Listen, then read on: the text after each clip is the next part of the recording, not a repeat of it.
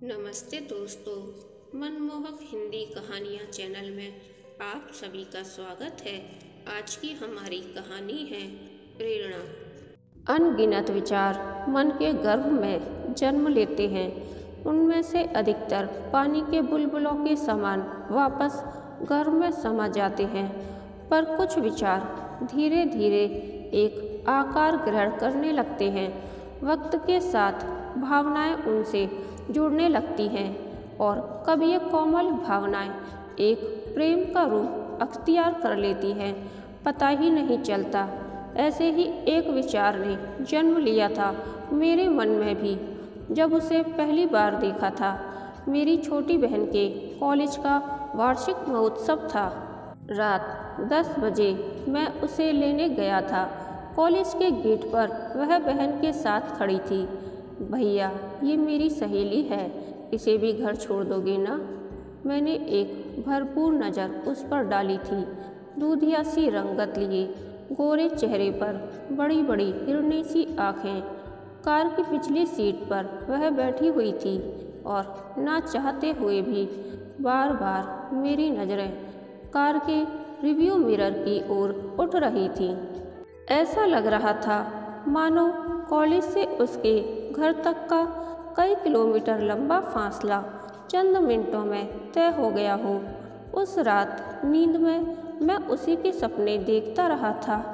2 दिनों तक मैंने मन पर संयम रखा। तीसरे दिन ऑफिस से उठकर बहन को घर छोड़ने के बहाने उसके कॉलेज पहुंच गया। अब ऐसा अक्सर होने लगा था।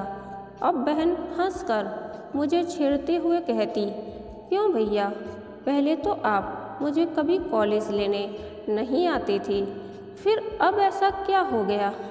अचानक मुझ पर इतनी मेहरबानी क्यों?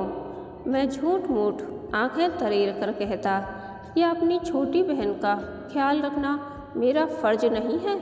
यह तुम मेरा ख्याल रख रहे हो या फिर किसी और के ख्यालों में खोए हुए हो? वैसे तुम्हें बता दूं, वह भी हर रोज़ मुझसे बहाने से तुम्हारे बारे में पूछती रहती है। कहते हुए बहन हंस पड़ती। बहन मेरी भावनाओं से वाकिफ़ थी, इसलिए अक्सर उसे घर पर बुला लेती थी। और उस दिन बहन के जन्मदिन पर वह आई तो मैंने कुछ एकांत लम्हे चुराकर उसके समक्ष अपने प्रेम का इजहार कर दिया था। उसने भी सहर्ष इस बात को स्वीकारा था कि वह भी मुझे चाहने लगी थी। उसका प्यार पाकर मेरी दुनिया ही बदल गई थी। मैं एक इंजीनियर था, पर लेखन मेरा शौक ही नहीं बल्कि जुनून था।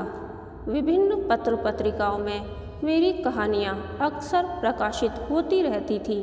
उन दिनों सफल प्रेम की अनुभूति प्रेरणा बनकर मेरे कागज़ों पर उतरने लगी थी, जिन्हें पाठकों की भूरी भूरी प्रशंसा मिल रही थी। मैं अपनी रंगीन दुनिया में मस्त था। एक रविवार को उसके साथ लॉन्ग ड्राइव पर गया था। रास्ते में कॉफ़ी शॉप पर बैठकर हम दोनों कॉफ़ी पीते हुए भविष्य के सतरंगी सपने बुन रहे थे।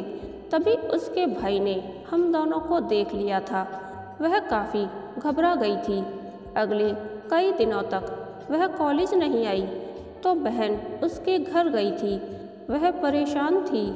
उसने बहन को बताया कि घर में उसे काफ़ी डांट फटकार पड़ी थी।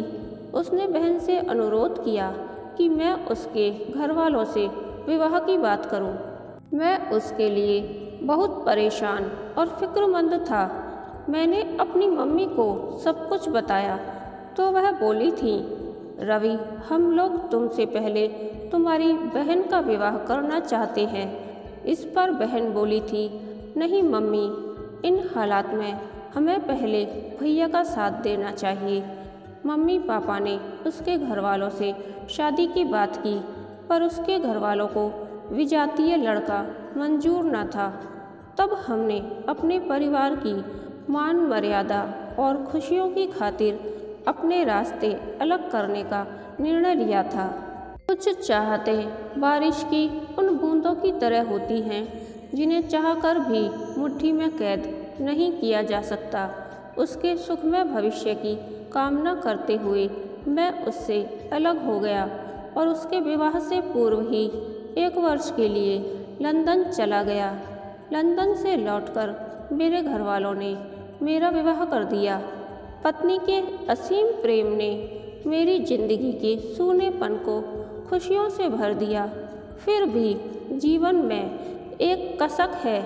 ऐसा लगता है मानो कहीं कुछ खो गया है। शायद मेरी प्रेरणा। मैंने एक गहरी निश्वास ली और खामोश हो गया। मैं अपने एक कलिंग की शादी में देहरादून आया था। वहीं मुझे मेरे कॉलेज का मित्र जतिन मिला था। उससे मिलकर मैं बहुत प्रसन्न था। जतिन के आग्रह पर मैं एक दिन उसके घर ठहरने के लिए राजी हो गया था। शाम के समय हम दोनों घूमते हुए सहस्त्रधारा चले आए थे। मौसम बहुत खुशगवार था। पहाड़ों पर उड़ते हुए बादल और ढलते सूरज की रश्मियों की लुका छिपी का खेल चल रहा था। जीवन की आपाधापी से दूर कितने ही पर्यटक वहां बैठकर पहाड़ों से गिरते झरनों के सौंदर्य का आनंद ले रहे थे। कितनी ही देर तक हम दोनों कॉलेज की फ्रेंड्स की बातें करते रहे।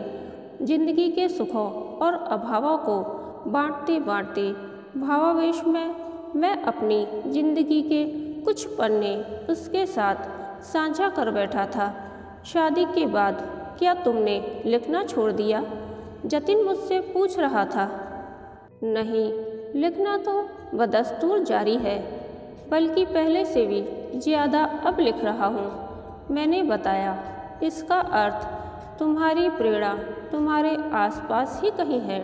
जतिन ने मेरे कंधे पर हाथ रख मुझे तसल्ली दी और उठते हुए बोला, चलो रवि, अब घर चलते हैं। काफ़ी देर हो गई है।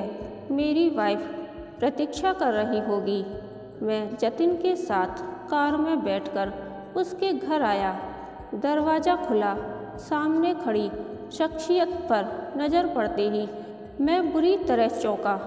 मैं कभी ख्वाब में भी नहीं सोच सकता था कि जतिन की पत्नी के रूप में मैं उसे देखूंगा। मुझे देख उसके चेहरे पर भी हैरत के साथ घबराहट के भाव दिखाई दिए। इससे मिलो तनु, मेरा दोस्त रवि, जतिन ने अपनी पत्नी से मेरा परिचय कराते हुए कहा। मैंने तुरंत हाथ जोड़कर उसे अभिवादन किया, जिससे उसने राहत महसूस की। जतिन बोला, हम दोनों बीटेक सेकंड ईयर तक साथ साथ थे। फिर अचानक पिताजी के स्वर्गवास के कारण पढ़ाई छोड़ मैं देहरादून आ गया। मैंने उनका बिजनेस संभाल लिया और यह इंजीनियर बन गया। तनु, कॉलेज में हम दोनों की जोड़ी करण अर्जुन के नाम से जानी जाती थी। आज इतने दिनों बाद इससे मिलकर बहुत अच्छा लग रहा है। जतिन कॉलेज की बातें कर रहा था। तनु तन्मयता से सुन रही थी। शायद यह उसका मेरे प्रति विश्वास था जो वह धीरे धीरे सहज हो रही थी। पर मैं ऊपर से मुस्कुराते हुए भी अंदर से बेहद असहज था। सच तो यह है कि जतिन से आंखें मिलाने की हिम्मत नहीं हो रही थी मेरी। तभी जतिन का बिजनेस पार्टनर उससे कुछ आवश्यक बातें करने आ गया। तनु डिनर की तैयारी में जुट गई और मैं बाहर लॉन में आकर बैठ गया। पिछले 2 घंटे से मैं अपनी प्रणय गाथा जतिन को सुनाता रहा था। वह मेरी प्रेयसी और कोई नहीं, मेरे ही मित्र की पत्नी थी। इस बात से आत्मग्लानि का तीव्र एहसास मन को व्यथित कर रहा था। क्यों इंसान बेवजह गड़े मुर्दे उखाड़ता है? नियति तो उसके साथ सदैव भला ही करती है। तभी तो वक्त बड़े से बड़ा जख्म भर देता है। फिर भी इंसान मूर्खतावश पुराने जख्मों को बेवजह कुरेद कर अपने घावों को हरा करता रहता है। क्या यह मेरी पत्नी अंजलि के प्रति मेरा विश्वासघात नहीं? अपने वैवाहिक जीवन को सफल व खुशहाल बनाने के लिए पूरी ईमानदारी व पारदर्शिता से एक आदर्श पति का परिचय देते हुए अपने अफेयर के बारे में मैंने अंजलि को सब कुछ बता दिया था। सब कुछ सुनकर वह बिल्कुल भी विचलित नहीं हुई थी, न ही अपने वैवाहिक जीवन के प्रति आशंकित और भयभीत हुई थी। उसके अटूट प्रेम, विश्वास और सुलझे हुए व्यक्तित्व ने मेरी जिंदगी को खुशियों से भर दिया था। यही नहीं, यह उसके प्रोत्साहन का ही नतीजा था कि लेखन के क्षेत्र में मेरा काफ़ी नाम हो गया था। मुझे स्मरण हो आई पिछले वर्ष की एक घटना। पिछले वर्ष प्रकाशित मेरे एक नॉवेल को पढ़कर मेरी एक सहकर्मी जीना सीख गई थी। उसने घर आकर अंजलि और मुझे बताया था कि उसने घर वालों की मर्जी के खिलाफ प्रेम विवाह किया था, लेकिन शादी के 2 माह पश्चात एक कार एक्सीडेंट में उसके पति की मृत्यु हो गई। उसकी दुनिया उजड़ गई थी, जीने की इच्छा ही समाप्त हो गई थी। आर्थिक रूप से तो वह सक्षम थी, पर मानसिक रूप से स्वयं को असहाय महसूस कर रही थी। उस बुरे वक्त में कोई उसकी मदद के लिए नहीं आया। पुरानी यादों में घिरे रहने के कारण वह डिप्रेशन की शिकार होती जा रही थी। ऐसे में ही एक दिन उसके पड़ोस में रहने वाले एक बुजुर्ग ने उसे मेरा नॉवेल दिया, जिसे पढ़कर न केवल उसमें जीने की इच्छा जागृत हुई, अपितु उसने पुनर्विवाह भी कर लिया और वह बहुत खुश थी और मेरे प्रति आभारी भी। उस घटना को याद कर मेरा मन और भी विचलित हो उठा।